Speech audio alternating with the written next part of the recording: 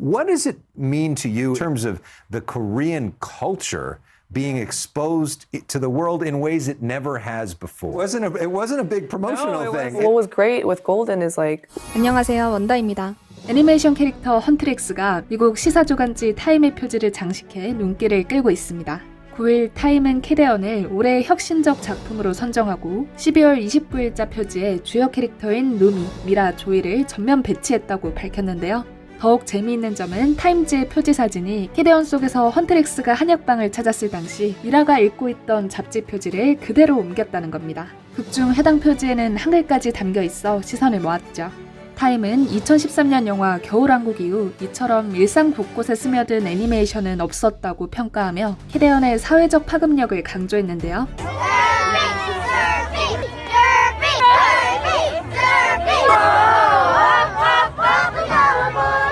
특히 캐대언이 한국의 식문화와 한의원, 대중목욕탕 등 세밀한 생활 풍경을 자연스럽게 녹여낸 점, K-팝 프로듀서들이 직접 OST 작업에 참여한 점을 성공 요인으로 짚으며 K-컬처가 글로벌 콘텐츠의 주류로 이동하는 새로운 국면이라고 분석했습니다.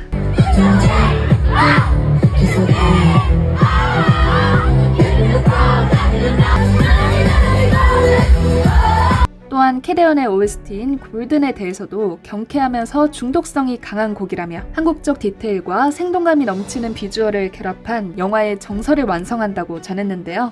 골든을 작곡한 이제는 타임과의 인터뷰에서 한국의 완벽주의 문화 속에서 불완전함도 아름답다 라는 메시지가 많은 관객들에게 울림을 준다 라고 설명했습니다.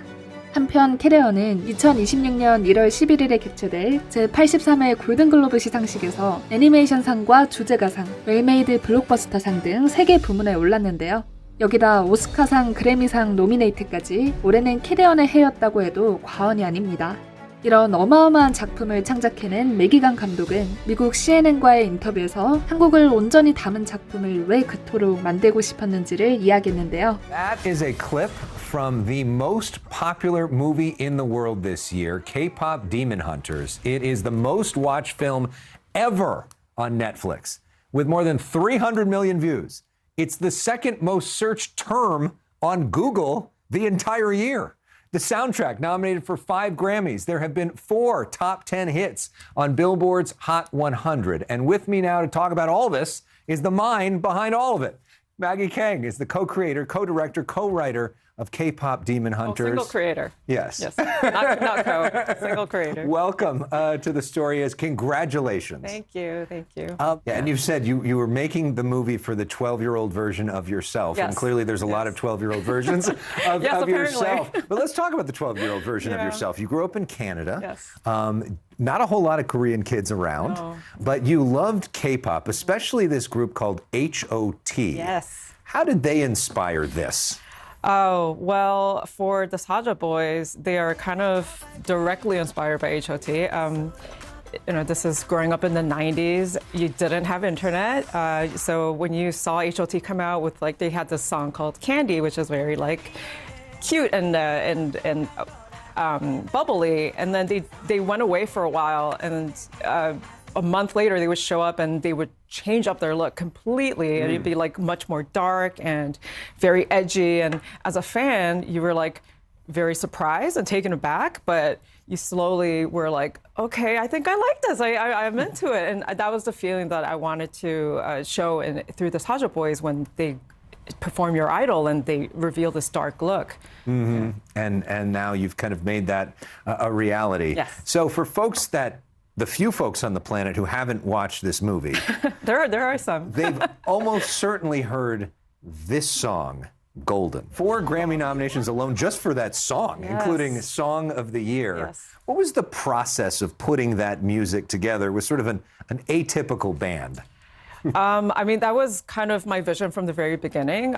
Growing up, I used to do a lot of karaoke, and I thought that I could maybe pursue a career in K-pop. Really? You wanted to be a K-pop idol yourself? I think everybody does. I think when you're singing in that dark room, you just feel like you can do it. Uh-huh. But I always thought it was a silly dream. And but when I got into animation, I saw it as an opportunity to create a band of my own and kind of live vicariously through the performers, which I am doing now. Mm-hmm. But yeah, it's been amazing. creating the music was very challenging because it's not just music, it's not just pop songs. They had to tell narrative, carry story, and develop characters, and all of that took a lot of time to craft. So it was very challenging, but really worth the effort. 예기강 감독이 구현하고자 했던 음악이 얼마나 천재적이었는지는 세계 탑 송라이터들과 대화하는 이제를 통해서도 알 수 있는데요. What was great with Golden is like I like having guidelines. Actually, with Golden, the guideline was Rumi is this incredible vocalist, but she has to Maggie, the director, she wanted it to scale up on purpose to kind of be a metaphor of her reaching a goal that feels impossible, which is to seal the Honmun, which is essentially this thing that blocks the world from demons, but with their songs. So she has a lot of pressure on her to, like, people are literally depending on her voice to hit that note to seal the Honmun, right? So it had to be an impossible note.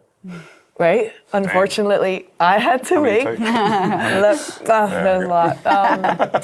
But yeah, and so we had that. It was on purpose, and we had to have something melodic and super catchy at the same time that we can use throughout the film to signify that. To show about Rumi, the main character, trying to keep reaching for it, and she keeps failing too, because it's in the range that's not who she is. She's trying to stretch herself and be something that she's not to reach that note.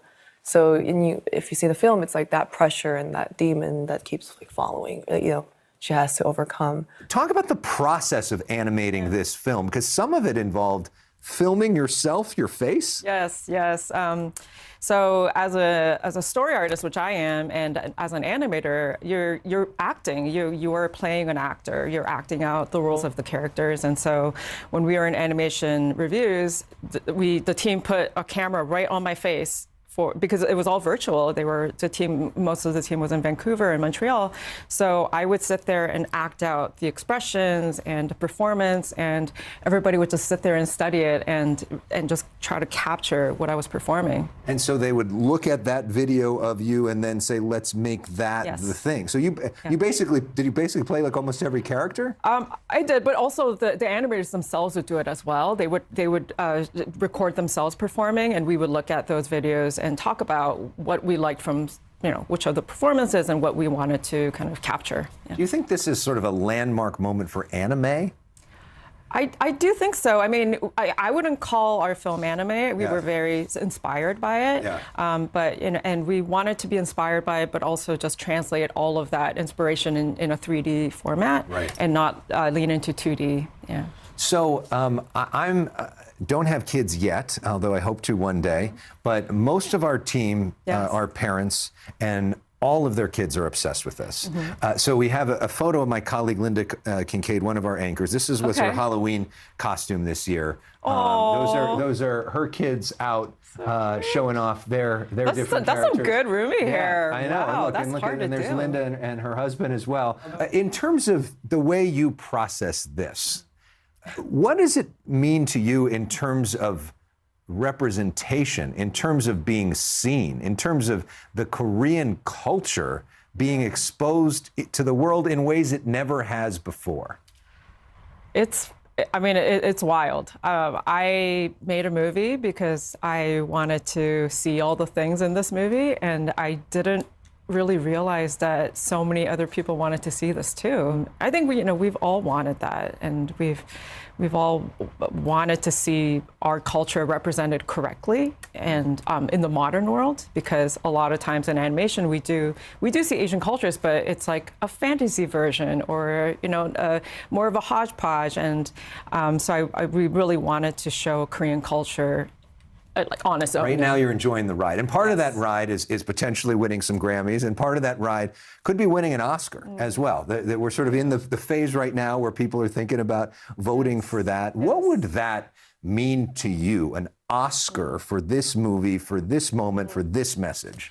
Yeah, I mean, an award like the Academy it's so meaningful because it's an award from your peers, and that would just be icing on the cake or the cherry on top. But I feel like the success of the film has already done so much, and it's just inspired so many artists, touched so many people's hearts. And as a filmmaker, you just want to share your story and have it be seen by people, and millions of people have seen it. So that's Hundreds of millions hundreds of of people millions. And have so, seen it. Usually yeah. people want to win the Oscar, so then it'll encourage more people to watch the movie. I don't know if there's anybody left at this point, which would be something, by the way. I've often said that the Academy Awards would be better served to highlight films that people actually like watching.